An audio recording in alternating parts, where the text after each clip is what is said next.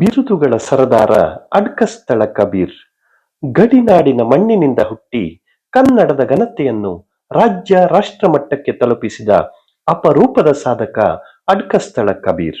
ಇವರು ಶಿಕ್ಷಕ, ಕವಿ, ಸಂಘಟಕ, ಸಾಂಸ್ಕೃತಿಕ ಚೇತನ, ಬಿರುದುಗಳ ಸರದಾರ. ಕನ್ನಡದ ಗಡಿಭಾಗದಲ್ಲಿ ಭಾಷೆಯ ಅಸ್ತಿತ್ವವೇ ಸವಾಲಾಗಿದ್ದ ಕಾಲಘಟ್ಟದಲ್ಲಿ ಧೈರ್ಯದಿಂದ ನಿಂತು ಕನ್ನಡದ ದೀಪ ಬೆಳಗಿಸಿದ ಕಾರಣಕ್ಕೆ 2006ರಲ್ಲಿ ಚಿಕ್ಕಬಳ್ಳಾಪುರದಲ್ಲಿ ಅವರಿಗೆ ಲಭಿಸಿದ ಗಡಿನಾಡಿನ ಕಿಡಿ ಎಂಬ ಬಿರುದು ಅವರ ಜೀವನ ಪಥದ ಮೊದಲ ಮಹತ್ವದ ಮೈಲುಗಲ್ಲಾಗಿದೆ.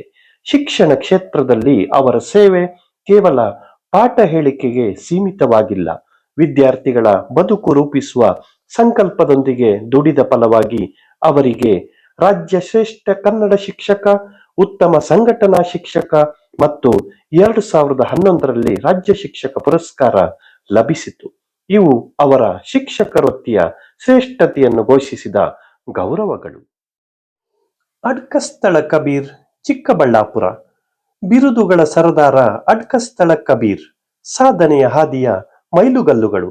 ಅಡ್ಕಸ್ಥಳ ಕಬೀರ್ ಅವರು ಕನ್ನಡ ಶಿಕ್ಷಣ, ಸಾಹಿತ್ಯ, ಸಂಸ್ಕೃತಿ ಮತ್ತು ಸಾಮಾಜಿಕ ಸೇವೆಯ 4 ಸ್ತಂಭಗಳನ್ನು ಸಮನ್ವಯಗೊಳಿಸಿ ತಮ್ಮದೇ ಆದ ವಿಶಿಷ್ಟ ಗುರುತನ್ನ ನಿರ್ಮಿಸಿಕೊಂಡಿರುವ ಅಪರೂಪದ ಸಾಧಕರು.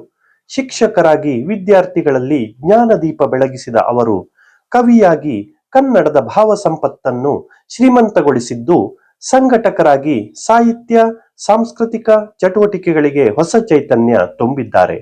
ಅವರ ನಿರಂತರ ಪರಿಶ್ರಮ, ಭಾಷಾಭಿಮಾನ ಮತ್ತು ಸಮಾಜಮುಖಿ ಚಿಂತನೆಗಳು ಅನೇಕ ಪ್ರತಿಷ್ಠಿತ ಗೌರವಗಳಿಗೆ ಪಾತ್ರವಾಗಿವೆ. ಅವರ ಸಾಧನಾ ಪಯಣವು 2006ರಲ್ಲಿ ಚಿಕ್ಕಬಳ್ಳಾಪುರದಲ್ಲಿ ಲಭಿಸಿದ ಗಡಿನಾಡಿನ ಕಿಡಿ ಎಂಬ ಬಿರುದಿನಿಂದ ಹೊಸ ಎತ್ತರವನ್ನ ತಲುಪಿತು.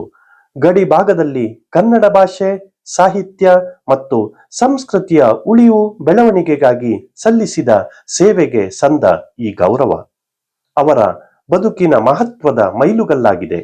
ಶಿಕ್ಷಣ ಕ್ಷೇತ್ರದಲ್ಲಿ ಅಡ್ಕಸ್ಥಳ ಕಬೀರ್ ಅವರು ಆದರ್ಶ ಶಿಕ್ಷಕರಾಗಿ ಗುರುತಿಸಿಕೊಂಡಿದ್ದಾರೆ. ರಾಜ್ಯ ಶ್ರೇಷ್ಠ ಕನ್ನಡ ಶಿಕ್ಷಕ, ಉತ್ತಮ ಸಂಘಟನಾ ಶಿಕ್ಷಕ ಎಂಬ ಗೌರವಗಳ ಜೊತೆಗೆ 2011ರ ರಾಜ್ಯ ಶಿಕ್ಷಕ ಪುರಸ್ಕಾರ ಅವರ ಶಿಕ್ಷಣ ಸೇವೆಯ ಶ್ರೇಷ್ಠತೆಗೆ ಸಂದ ಅಧಿಕೃತ ಮಾನ್ಯತೆಯಾಗಿದೆ.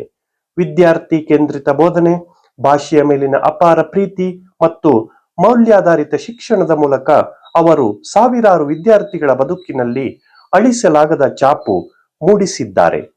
ಸಾಹಿತ್ಯ ಕ್ಷೇತ್ರದಲ್ಲಿಯೂ ಅವರ ಸಾಧನೆ ವಿಶಿಷ್ಟವಾಗಿದೆ. ಜಾಗೃತ ಕನ್ನಡಿಗ, ಕನ್ನಡ ರತ್ನ, ಕನ್ನಡ ಜ್ಞಾನನಿಧಿ ಹಾಗೂ ರಾಷ್ಟ್ರಕವಿ ಕುವೆಂಪು ಪಾರಿತೋಷಕಗಳು ಅವರ ಸಾಹಿತ್ಯ ಸೇವೆ ಮತ್ತು ಕನ್ನಡ ನಿಷ್ಠೆಗೆ ಸಂದ ಗೌರವಗಳಾಗಿವೆ. ಅವರ ಕಾವ್ಯ, ಲೇಖನಗಳು ಹಾಗೂ ಭಾಷಣಗಳು ಕನ್ನಡದ ಸಾಂಸ್ಕೃತಿಕ ಶ್ರೀಮಂತಿಕೆಯನ್ನು ಜನಮನಗಳಿಗೆ ತಲುಪಿಸುವಲ್ಲಿ ಮಹತ್ವದ ಪಾತ್ರ ವಹಿಸಿವೆ. 2023ರಲ್ಲಿ ಬೆಳಗಾವಿ ಕನ್ನಡ ವೇದಿಕೆ ಮತ್ತು ಕವಿತ್ತ ಕರ್ಮಮಣಿ ಪ್ರತಿಷ್ಠಾನದ ವತಿಯಿಂದ ಪ್ರದಾನವಾದ ಶ್ರೀ ಗುರುತಿಲಕ ಪುರಸ್ಕಾರವು ಶಿಕ್ಷಕರಾಗಿ ಮತ್ತು ಸಂಸ್ಕಾರ ಪ್ರೇರಕರಾಗಿ ಅವರು ಸಲ್ಲಿಸಿದ ಸೇವೆಗೆ ಸಂದ ವಿಶೇಷ ಗೌರವವಾಗಿದೆ.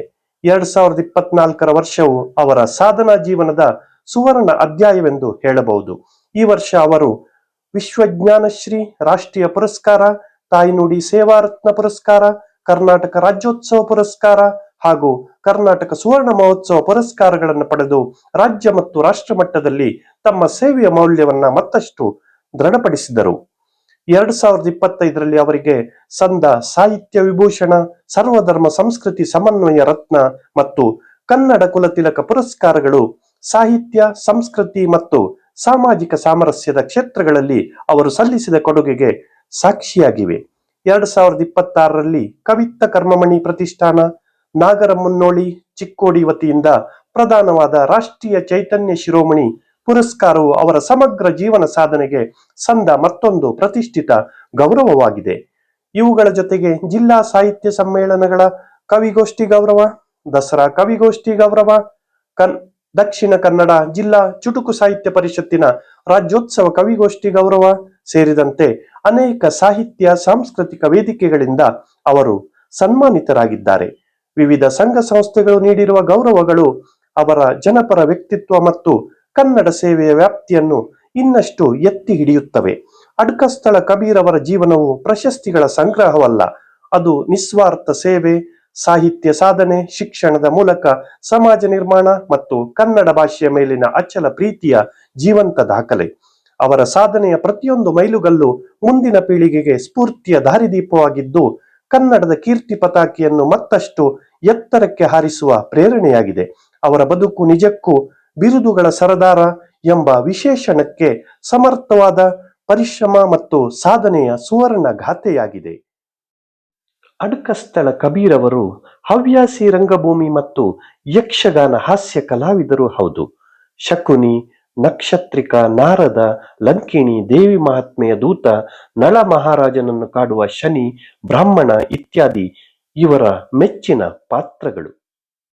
ಬಿರುದುಗಳ ಸರದಾರ ಅಡ್ಕಸ್ಥಳ ಕಬೀರ್ ಚಿಕ್ಕಬಳ್ಳಾಪುರ ಅವರು ಶಿಕ್ಷಕರಾಗಿ, ಸಾಹಿತಿಗಳಾಗಿ, ಸಮಾಜ ಸೇವಕರಾಗಿ, ರಂಗಭೂಮಿಯ ಕಲಾವಿದರಾಗಿ, ಸಾಂಸ್ಕೃತಿಕವಾಗಿ ಮತ್ತಷ್ಟು ಎತ್ತರಕ್ಕೆ ಬೆಳಗಲಿ ಎಂದು ನಮ್ಮ ಮಾನ್ವಿತ ವಾಹಿನಿಯು ಅವರಿಗೆ ಶುಭವನ್ನ ಹಾರೈಸುತ್ತದೆ. ಅಭಿನಂದನೆಗಳು.